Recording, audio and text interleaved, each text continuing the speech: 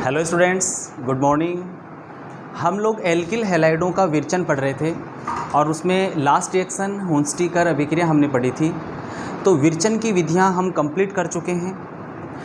आज हम शुरू करते हैं भौतिक गुणों के बारे में अध्ययन करना। एल्किल हैलाइडों के भौतिक गुण कैसे होते हैं। देखिए, भौतिक गुणों में हम किसका अध्ययन करते हैं? रंग, गंध, अवस्था, गलनांक, क्वथनांक, है ना, विलेयता, घनत्व, इन चीज़ों का अध्ययन करते हैं, इन गुणों का अध्ययन करते हैं। यानी भौतिक गुणों के मापन में रासायनिक संगठन पदार्थ का परिवर्तित नहीं होता। तो भौतिक गुण जैसे रंग है, गंध है, विलेयता है, गलनांक, क्वथनांक, है ना, इन सब चीज़ों का अध्ययन करेंगे। एल्किल हैलाइडों का जो भौतिक गुणों के बारे में अध्ययन है वो शुरू करते हैं और सबसे पहले हम लेते हैं अवस्था। अवस्था देखिए, जो कम अणुभार वाले एल्किल हैलाइड होंगे वो विरल अवस्था में होंगे और अधिक अणुभार वाले जो एल्किल हैलाइड होंगे वो सघन अवस्था में होंगे, यानी द्रव या ठोस होंगे। तो निम्न अणुभार वाले जैसे CH3F, CH3Cl, है ना, CH3Br, CH3CH2Cl, ये मुख्य रूप से कक्ष ताप पर गैस अवस्था में होते हैं। कक्ष ताप पर गैस अवस्था में होते हैं। लेकिन ये जो इनके अलावा जो सदस्य होंगे उच्च अणुभार वाले, वो कक्ष ताप पर द्रव या ठोस होते हैं। तो हमसे अगर पूछा जाए तो प्रारंभिक सदस्यों के बारे में, तो हम उन्हें कौन सी अवस्था में बताएंगे? कक्ष ताप पर गैस अवस्था में। और जो उच्च अणुभार वाले सदस्य होंगे वो द्रव या ठोस होंगे। तो ये तो बात हुई बेटा अवस्था की। नंबर 2, रंग। देखिए, रंग, एल्किल हैलाइडों का रंग कैसा होता है? आरक्स रंगहीन होते हैं। आरक्स, सभी एल्किल हैलाइड, मतलब उनमें alkyl fluoride, alkyl bromide, alkyl chloride और एल्किल आयोडाइड, चारों ही जो एल्किल हैलाइड होते हैं वो रंगहीन होते हैं, कलरलेस होते हैं। लेकिन अगर आप एल्किल ब्रोमाइड और एल्किल आयोडाइड इनको आप देखोगे तो ये आपको क्रमशः लाल व बैंगनी दिखाई देते हैं। क्रमशः लाल व बैंगनी दिखाई देते हैं। तो एक प्रश्न बनता है कि अगर सभी आरक्स रंगहीन होते हैं तो फिर RBr और RI, मतलब एल्किल ब्रोमाइड और एल्किल आयोडाइड, ये लाल और बैंगनी कैसे दिखाई दे सकते हैं? तो बेटे जी, इस सवाल का आंसर क्या है कि एल्किल ब्रोमाइड प्रकाश की उपस्थिति में ये समांश विदलन द्वारा ब्रोमीन मुक्त मूलक बनाता है, जो अपने ही जैसे दूसरे ब्रोमीन मुक्त मूलक से मिलकर Br2 जनित कर लेता है। कहने का मतलब, जिस पात्र में आपने RBr को रख रखा है, यहाँ ये RBr भरा हुआ है, तो देखिए दिखाई देने की क्रिया प्रकाश में ही हो सकती है। तो अब प्रकाश जब इसको मिलेगा, है ना, तो ये अपघटित होकर के और इसमें क्या जनित कर लेगा? क्या बन जाएगा? इसमें Br2 बन जाएगा। और ब्रोमीन का रंग कैसा होता है? लाल।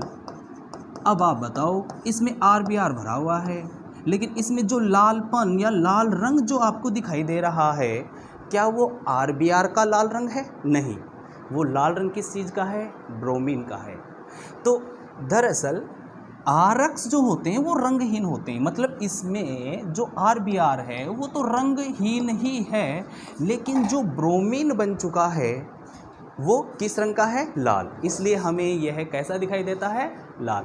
सेम कहानी RI की है कि मान लीजिए इसमें आपने RI भर रखा है, ठीक है। अब वो RI जो प्योर है वो तो बेटा रंगहीन है, लेकिन जैसे ही प्रकाश इसको मिलेगा तो ये भी क्या बना लेता है, I2। और आयोडीन जो हैलोजन है वो कैसे रंग का होता है, हम जानते हैं बैंगनी रंग का होता है। तो इसमें जो बैंगनी रंग आपको दिखाई देगा वो I2 की वजह से दिखाई देगा। तो मतलब ये जो सेंटेंस है RX रंगहीन होते हैं, ये 100% सही है। दूसरी बात जो हमने देखी कि RBR और RI क्रमशः लाल और बैंगनी दिखाई देते हैं, तो उनके दिखाई देने का कारण है उनमें बनने वाला Br2 और I2। ओके बेटा।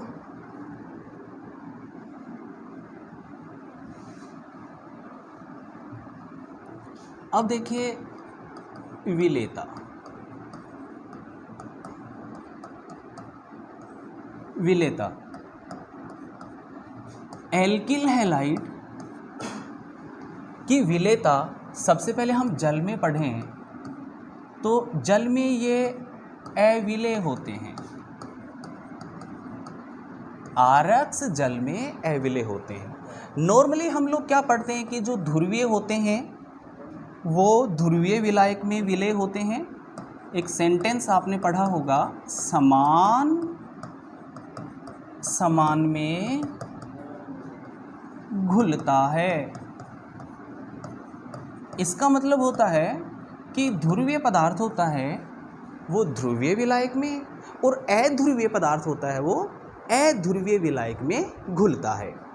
तो समान समान में घुलता है। इसके आधार पर अगर हम देखें तो ये देखो RX है, ये तो ध्रुवीय है, इसकी प्रकृति का अध्ययन हम पहले कर चुके हैं कि RX ध्रुवीय होते हैं। तो R क्या होगा, डेल्टा पॉजिटिव, और X क्या होगा, डेल्टा नेगेटिव।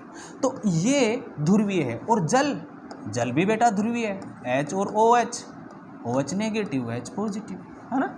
तो जल ध्रुवीय है, ये विलायक है।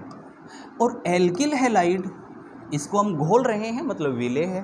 तो अगर हम इसको जल में डालें तो समान समान अन्योन्य क्रिया के आधार पर RX को जल में घुलना चाहिए, ठीक है। तो प्रश्न ये बनता है, एल्किल हैलाइड ध्रुवीय होते हुए भी जल में अमिश्रणीय है या अविलेय है, क्यों, कारण बताइए।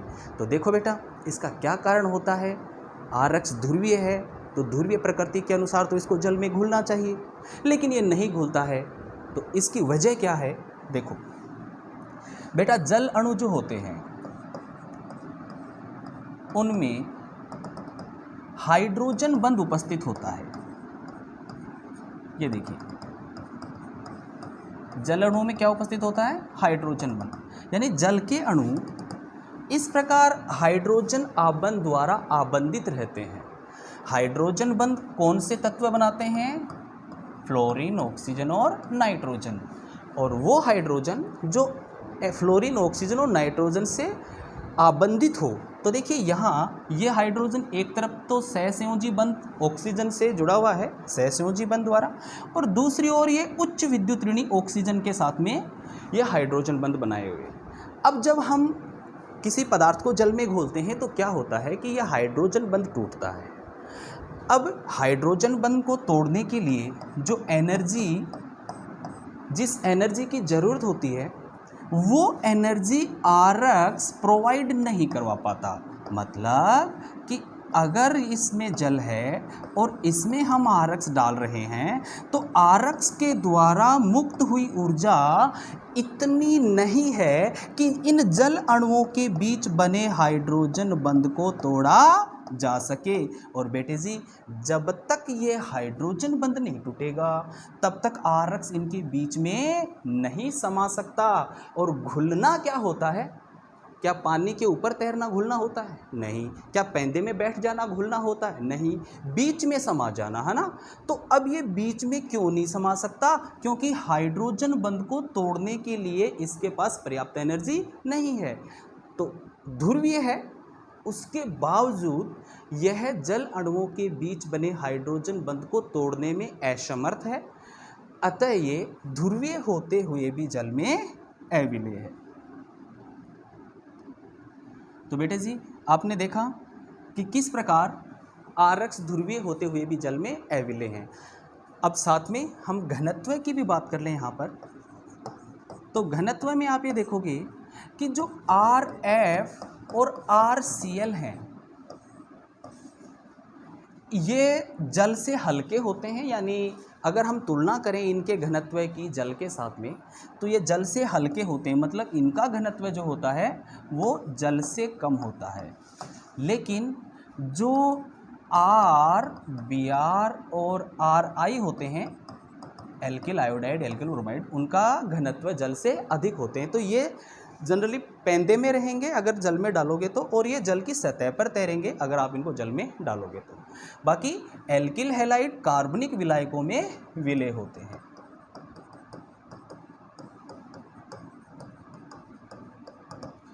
मोस्ट इंपॉर्टेंट प्रश्न जो इस पे बन रहा है वो यही कि आरक्स ध्रुवीय होते हुए भी जल में अविलय होता है, क्यों?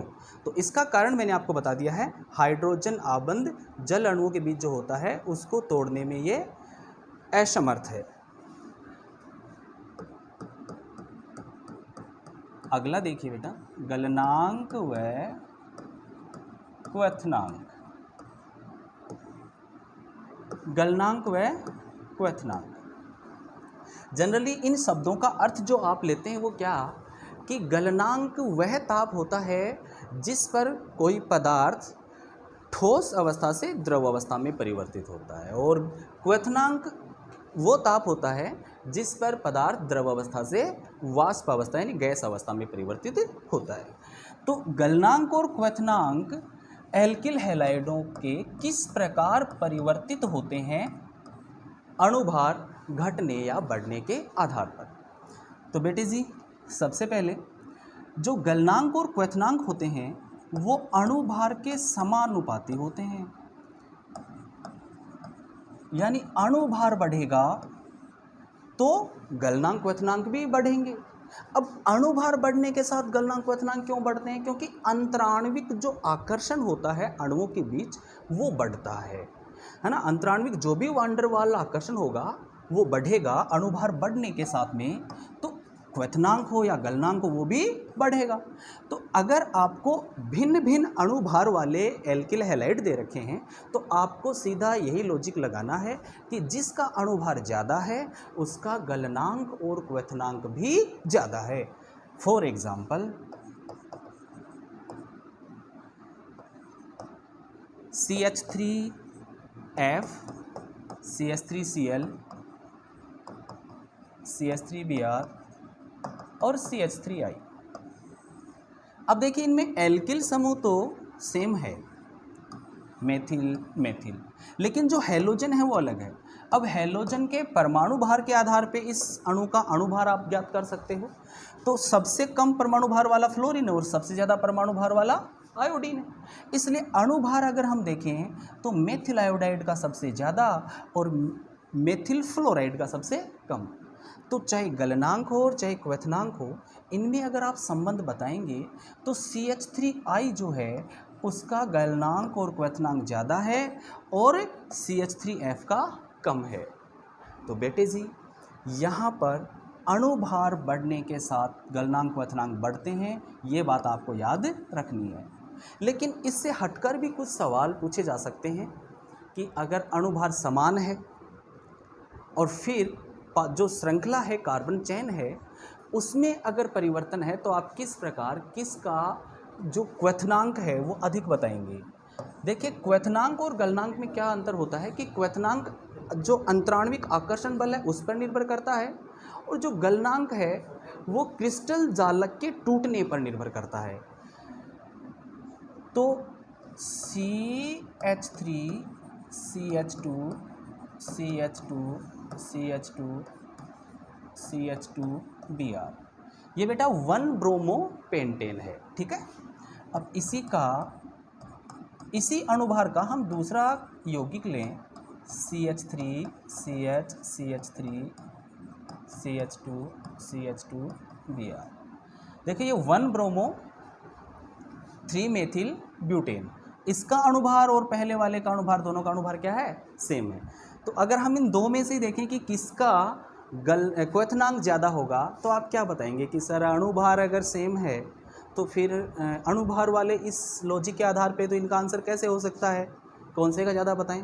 तो देखिए ऐसे उदाहरणों में आप लोग क्या देखोगे, ऐसे जो सरफेस एरिया है जिसको हम बोलते हैं ना पृष्ठीय क्षेत्रफल, अब पृष्ठीय क्षेत्रफल जिस अणु का जितना ज़्यादा होगा उन अणुओं के बीच लगने वाले वान डेर वाल बलों का परिमाण उतना ही ज़्यादा होगा।